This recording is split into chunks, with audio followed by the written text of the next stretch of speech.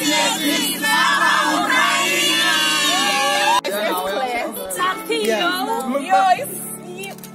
guys should check my YouTube channel for this video.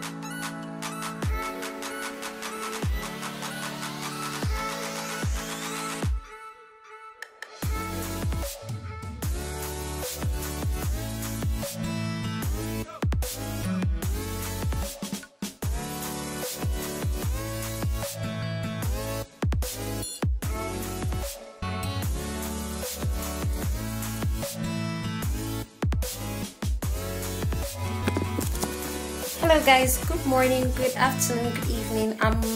Welcome to my channel. If you're new here, you're welcome. Do subscribe if you don't mind. And today guys, I'm doing something different. It's a conference vlog. I'm going to be traveling for the 7th or 8th ICMA conference. It's going to take place in Vinnytsia city, Ukraine, and I'm in Kharkov, so I'm going to be traveling this evening. We're going to be leaving this city by night, like 11:30 I think. So that's why I decided to do the intro right now, and then I'll see you guys. Do join me on my video. Yes guys, I got my braces done. Vlog is going to be up very soon about how I got my braces, and yeah, I'll see you guys.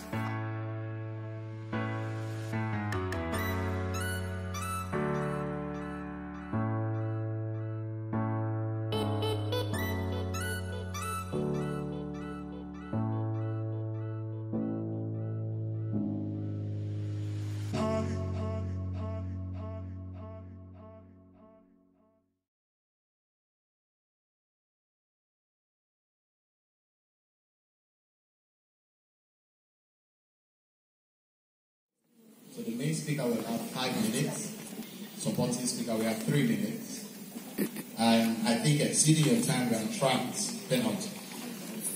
And then you have 1 minute to recap your points. You can stand up if you What's want. the topic? And I think they will tell us right now. I wish you the very best. Who starts? Topic is on artificial intelligence. And if it can truly replace the traditional medicine, and if it can replace doctors. It can replace humans in the medical practice. Why? Because of the accuracy and zero mortality rate, and also can avoid variation in, for example, in surgical operations. We can have only one variation without differences. And also, in practicing of medicine, there will not be any complications because it can be maintained with scanners, X-rays, and further technology. So this is still in making, but this is a brighter future that we're looking at today. So I look at artificial intelligence can actually replace medical doctors in this field. So, and I'm presenting Kharkov, Ukraine, and I'm here to oppose the motion that says artificial intelligence can replace medical doctors. First of all, I'd like to educate you on what artificial intelligence is. Artificial intelligence is the intelligence displayed by a machine. It's when a machine can perform cognitive functions like learning and problem solving. Obviously, we know that artificial intelligence has helped us today in medicine, and in the future it has a greater probability of helping us more. But however, it can never replace medical doctors. And I'm going to be giving a few reasons why it cannot replace medical doctors. My first point is empathy. Machines cannot show empathy. How do you go about the psychotherapy? It's only a human that will understand how you feel and help you recover. My second point is that medicine is not a thing of garbage out. It's not a thing of algorithm. Also, we are faced with new cases. These AIs, they only operate in a way in which they are giving information, and those information that they use. But when they are faced with new cases, they can't do anything. Look at the case of the Ebola outbreak the other time. Exactly. I think it was just AIs around. Their algorithms will not be messed up because they've never faced this kind of issues before. But in the cases where these machines, they don't have the 5 senses of seeing, feeling, hearing and everything. And we need those things in practice of medicine. There was a case where a child was poisoned. They didn't know the type of poison, and they didn't even know the source of poison. And they were looking for different treatments just to, alleviate it, but they could not find. But then one of the doctors noticed a smell coming from the trouser of the patient, and they asked the boy where he got his trousers from, and he said that he left it in a truck filled with insecticide that a truck that was, transported. And they were able to, test the insecticide and found the poison, and they were able to cure it. And AI cannot smell.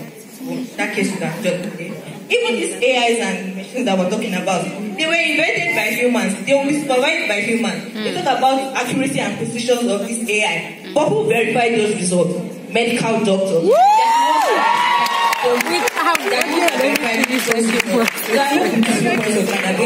have.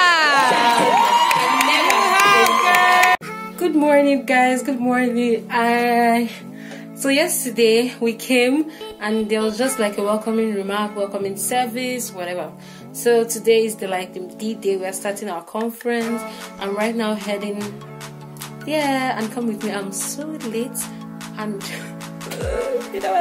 So today we're going to start with breakfast, then plenary session and everything. I'll just make sure I take a footage of at least everything that happens today. So you guys should come with me.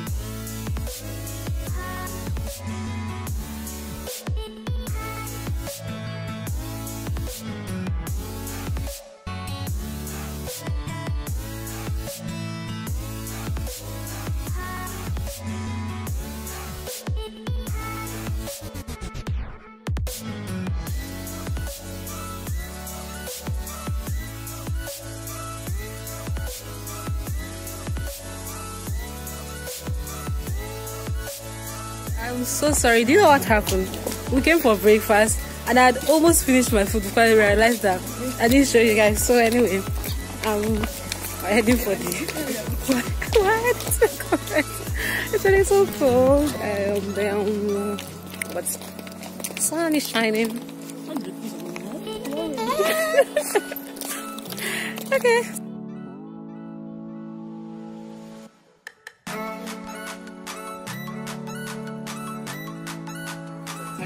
In my remarks to the mission and vision of the organization, the International Christian Medical Association of Ukraine, that are found on page 5. So, the mission and vision is preparing students and healthcare professionals for academic excellence with a Christian perspective in order to bring healing to the whole person and to impact the world.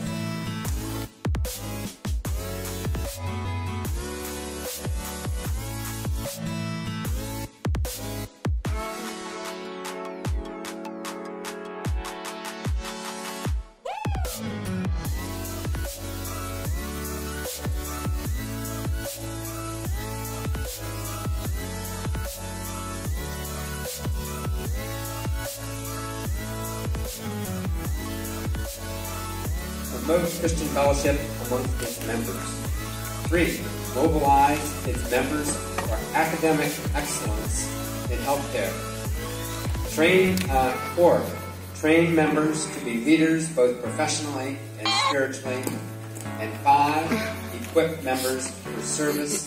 This is an international conference. Medicine is a mission. It's a vocation. It's a calling.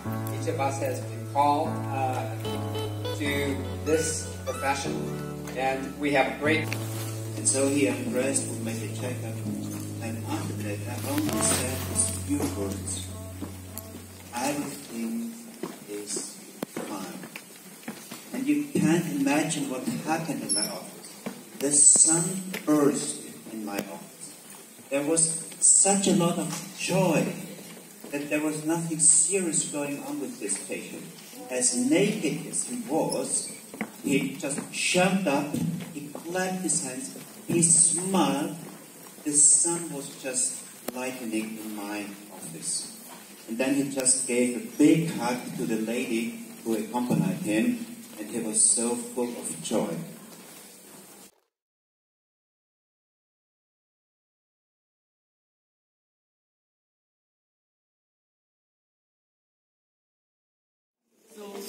Again, my name is ICMA. I'm a final year student of the Therapy State Medical. So I'm actually that type of a student who is searching for this project and also wants to search for the best possible solution. So as to how I came by this topic, in my 5th year, we went for internal medicine, and that day we had chronic kidney failure. So our teacher took us to see patients on dialysis. So I was asking myself, okay, these patients on dialysis. Okay, let me explain a little bit about chronic kidney failure. So chronic failure. Okay. So chronic kidney failure is basically patients whose kidneys are not working. So they can't excrete urine as usual. So there are two options for them, either a kidney transplant or dialysis. I believe kidney transplant is the best option.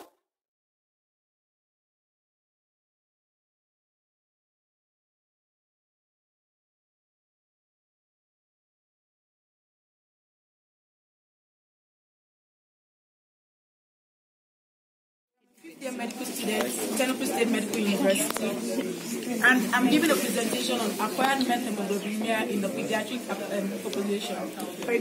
Why for this disease now, the iron turns into the ferrous state. Methemoglobin is an oxidized form of hemoglobin, which does not bind oxygen and increases the affinity to oxygen for the partial oxidized portion of hemoglobin. So basically, met is useless hemoglobin. So it doesn't carry the necessary iron that we need for our body. It doesn't carry any form of oxygen. So imagine a useless thing being increased in the blood of a patient. That is where the problem is. So instead of it to be hemoglobin, now met is being increased. So it's suppressing the hemoglobin that carries the oxygen that is helpful to our body, and a useless form of hemoglobin is now being increased. So basically the patient is oxygen deprived.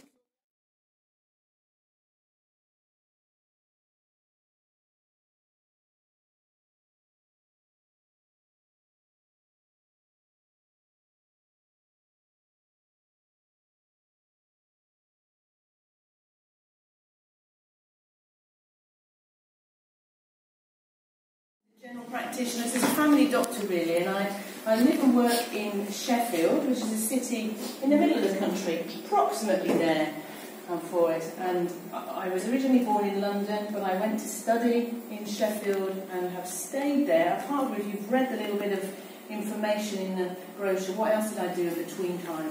Learning as professionals about the symptoms, signs, investigations, coming up with hypotheses all the time, aren't you, when you're talking to patients about their symptoms and looking at the signs, so that you can then decide, well, what investigations to prove the pathology, to then come up with the diagnosis, and then you start to think of the treatment plan. So if we're thinking along those lines, then that model generally sees the patient prevention in a little while. Because to get to that point, we need to think about the illness framework. And that's more about the patient. Medicine isn't just a science, is it? What other aspect is there in it? Humanities. Yeah, the art, isn't it? So it's not just about the scientific principles that we're learning, but also about the art of it. All the patients that we encounter come to us with very different experiences. I don't know whether you've discovered this yet, but patients don't usually present like a textbook. Do they? No. Well, my patients certainly don't. They don't. Sometimes they might have Google searched and they might come with a list of their symptoms. That's more like a textbook, but they very often don't come as a textbook. And they come, what do they come with? They come with a mixture of symptoms, disabilities, if they've got a bad back, they might be limping in. They're also coming along with what else? What else do you think patients come? So guys, we're done with the first master class. We learned how to be the good doctor, and going to the second master class. But when I'm here, I can easily video you. How was the first master class? It was... We're in the same class, by the way. It was... 206. It was... What did you do? So guys, we just finished the first master class and it was wonderful. How was it for you though? It was great. I had the opportunity to learn a lot about How to being be a a good good doctor. And we could relate it to the Bible. Jesus taught a lot. He healed a lot. Yeah. And as medical students, we try our best to be compassionate. Exactly, yeah, to be compassionate, to be listening, to be empathic, empathetic, to be calm, true. Humble. Yes, to be Jesus humble. did all these things. He wasn't proud. Yeah. Yeah, so we actually learned a lot, and we hope to keep learning. And we'll keep you posted. Yes. Yeah. Bye. Ciao, ciao. Okay, but so yeah, is there anything here? Am I touching anything? No. Air. So there is something there. So there's all these air molecules. And so the vibrations, if there was no air, there would be no sound. So my vocal cords move. The molecule that moves the molecules of the air, and it's like I mean, it really is incredible. It's my mouth is like a megaphone. I mean, you've all used megaphones, right? Exactly. And so that projects the sound out. So then, what happens? The air molecules in the air move. And then what's the next thing that happens?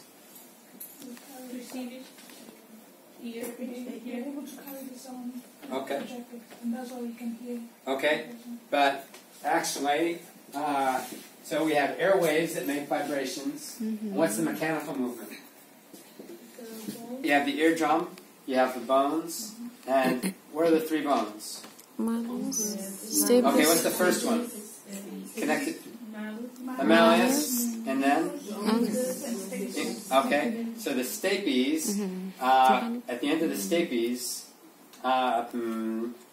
there's the stirrup, and it's like, and that round piece fits into what?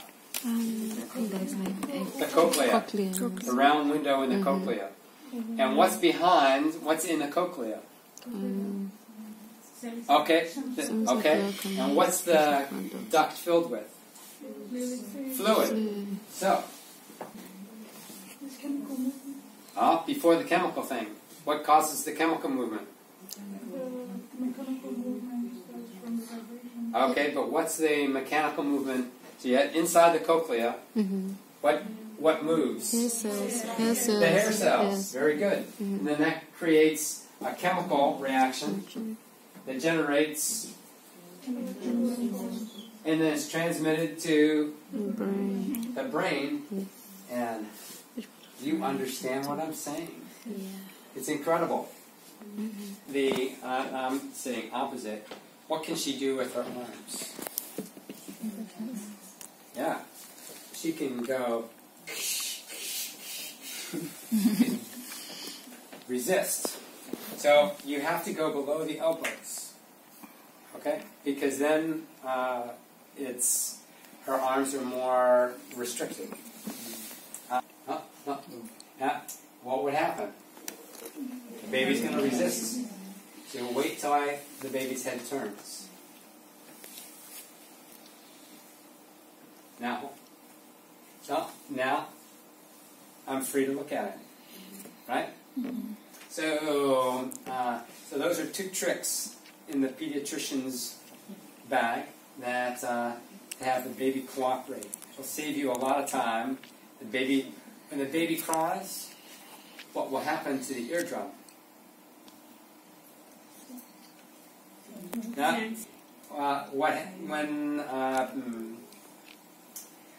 when the children cry, then that brings more blood to the head, and the eardrum gets red, and then you might overdiagnose. So you don't want the child to cry for two reasons. One, you want the baby to be comfortable, but the mother to be comfortable. If you hurt her baby, she'll come after me. So I don't want the baby to cry, because I want to be able to diagnose the ear. Okay. Guys, we're done with the second master class, and it was otoscopy. Yeah. How was it, darling? It was great. The professor was really good. Yeah. He looks very experienced. He has worked over 40 years. And we learned a lot of things about the ear. Yes. And we got the opportunity to examine. That's awesome. Yeah. Catch you. Keep I'm updating going you. for lunch right now, guys. I'll see you.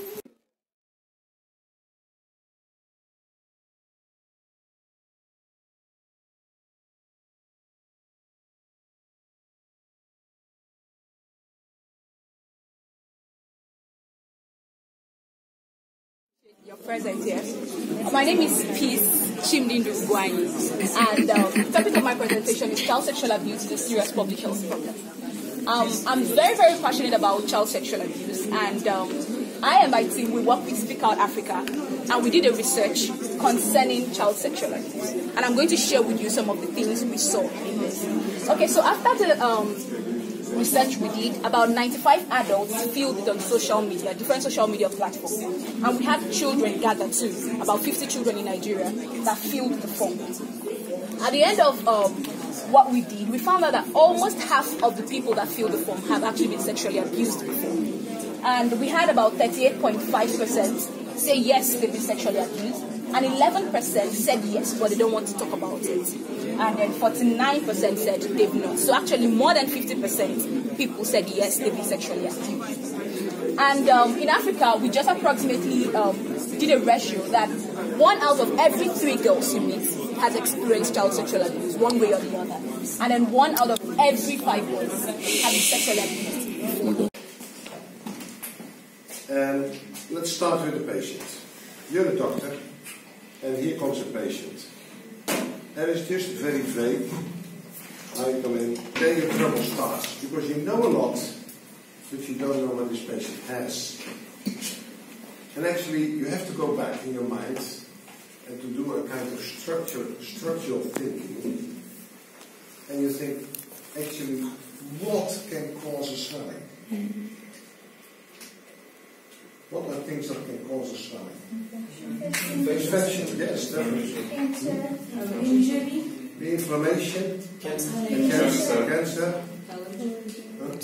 allergy, yes, Lord. Injury.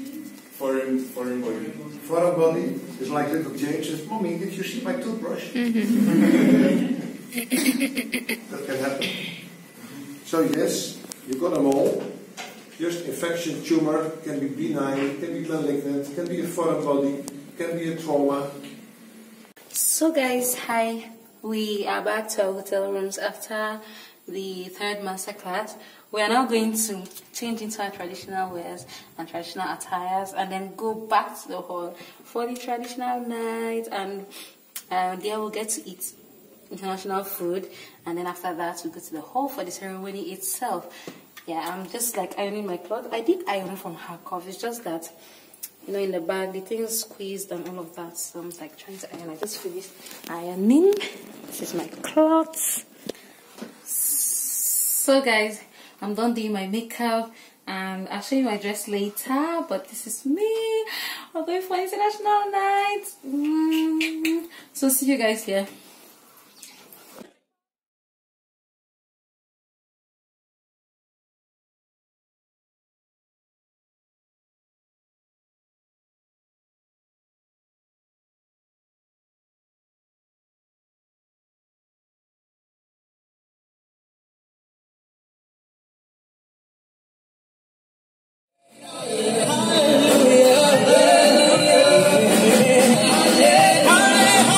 Hallelujah.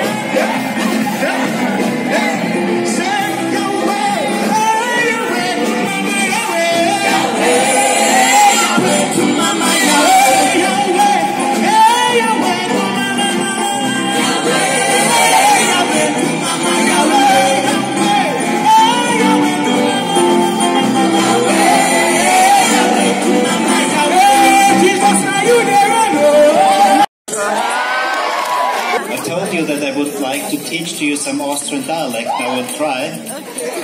Manche lernt's nie, ist fahren mit die Ski, aber der Hans, der kommt's.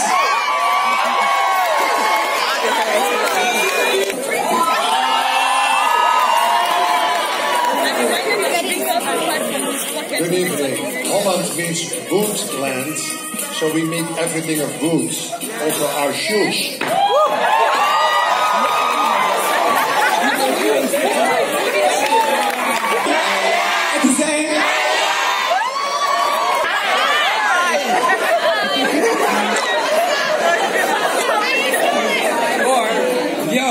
America. Yeah, America. I'm from India. Namaste.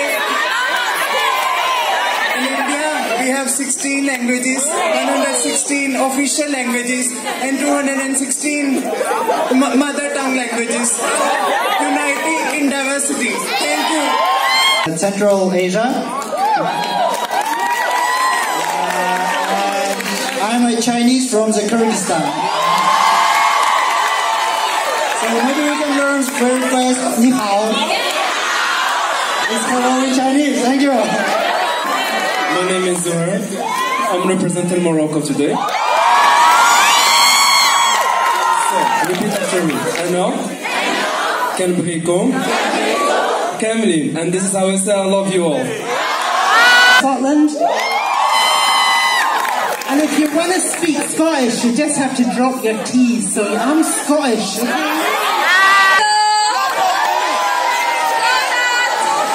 I have a problem.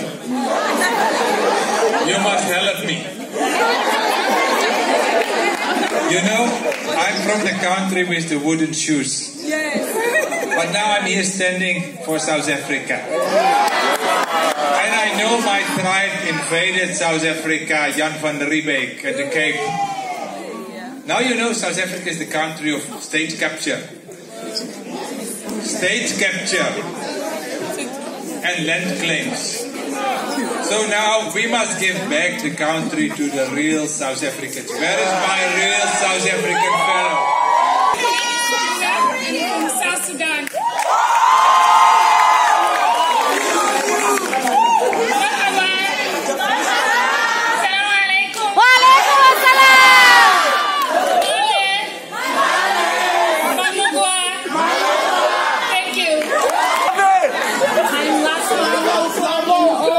People, and I'm from Ukraine. I would like to say, you choose Ukraine as country for study medicine, but I hope this country will be a lovely country to you. Нехай Україну стане рідною для вас. Нехай ви згадуєте її завжди. Слава Україні! How many times?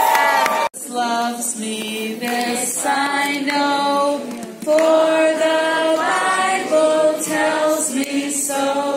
Little ones to Him belong. They are weak, but He is strong. Yes, Jesus loves me. Yes, Jesus loves me. Yes, Jesus loves me. The Bible tells me so. Yeah.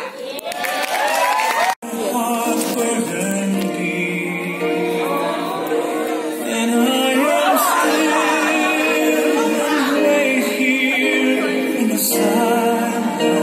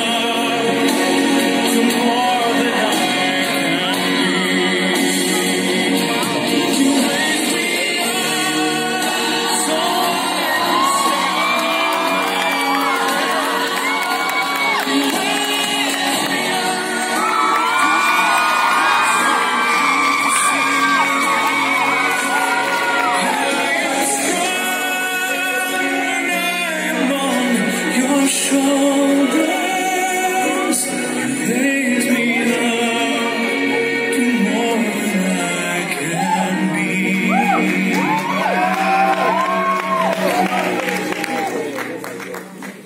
You raise me up.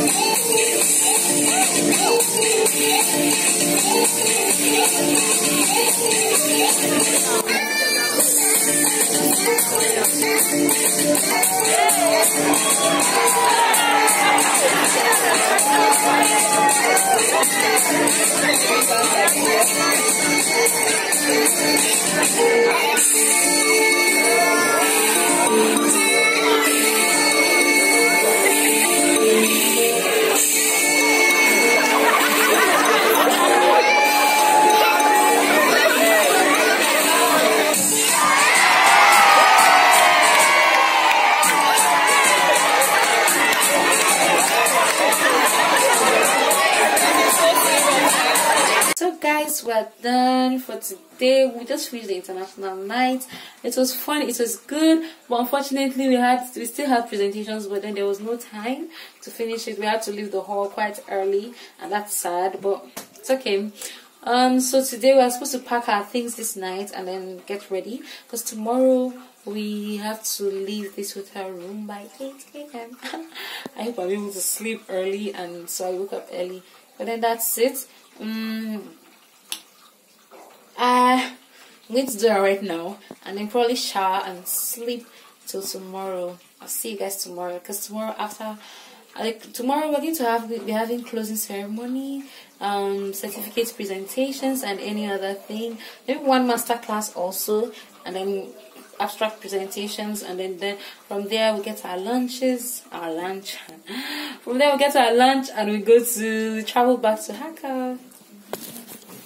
Good morning, guys. So today is Sunday. It's the last day of the conference. Right now we're going for breakfast. After that, devotion, plenary session, then last master class, and then closing ceremony definitely, and I will be heading back home. But then there'll be an excursion today. I hope I'm able to go and take you along. And even hiding is making a decision. Not to make a decision is also a decision. And you feel like we certainly don't want to go to Keilah to fight the whole Philistine army. So David asked the Lord again. And again the Lord replied, "Go down to Keilah, for I will help you conquer the Philistines." And then we're just going to approach this now. Anyone else got any other time points? And Vincent said that he believes that personally, but you wouldn't feel comfortable saying that scientifically. So I would feel comfortable saying that scientifically. So I'm just going to ask you, what species is the embryo? What species? What species? Like, so it sounds facetious, but it's helpful to break it down. What species is the embryo? Human. You can't possibly say it's any other species. Is the embryo alive? Yes. So the embryo is a human life. So the embryo is human, and it's a living cell or group of cells. Okay. So, is that different from just any other type of human living cell? So if you have a dead body, some of the cells in that body will be living. Are those cells different from the embryo? No. Okay, so what's the difference? Surely, what's the difference? That question really is between a tissue, right, and an organism. So that's really the question we're asking. We're saying the embryo is a human cell and it's alive, but is it a human life? We're saying, is it an organism, a whole organism? Okay. So what's the definition of an organism? Does anyone know?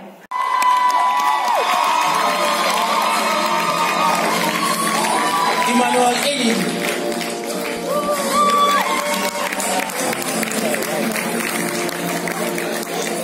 Matilda.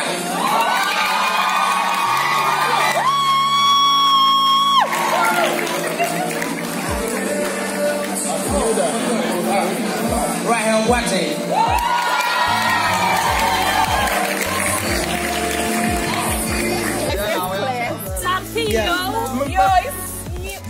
You guys should check my YouTube channel for this video.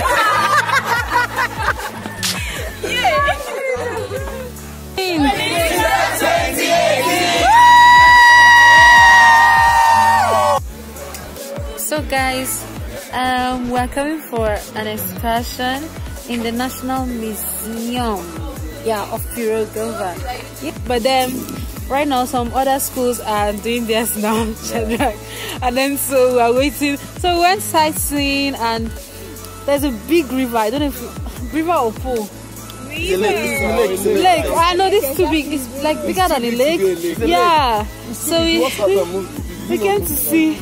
Yeah, it's actually big. I think it's quite large.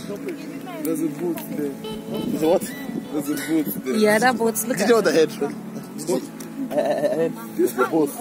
Boat. That's like there's a what? Why? This guy is fishing. I wish to go to see though. Look at the fish. Look at.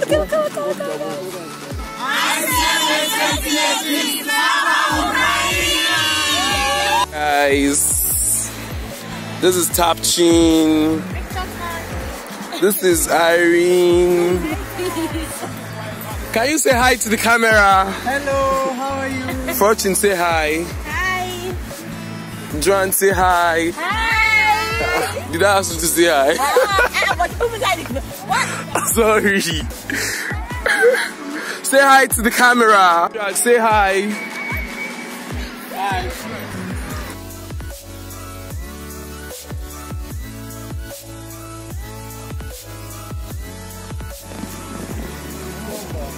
So this is the museum. It's written Nacionalny Muzej Sadiba M.I. Pirogova.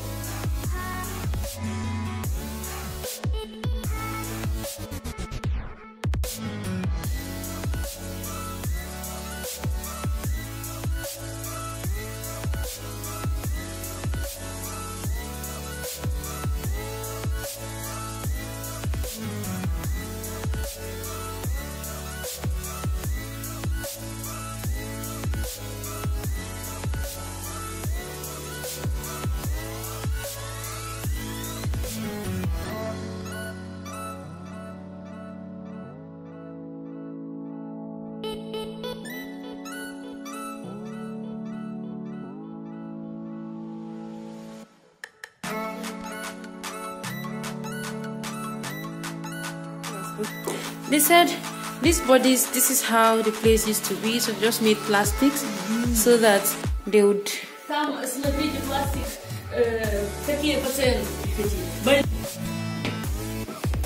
I think these are the leaves that he used to probably treat them. Это пирогова? Нет, это аптекарь. This is like a pharmacist. Yes, who works here. This is how the place looks. These are the medicines. Oh my god.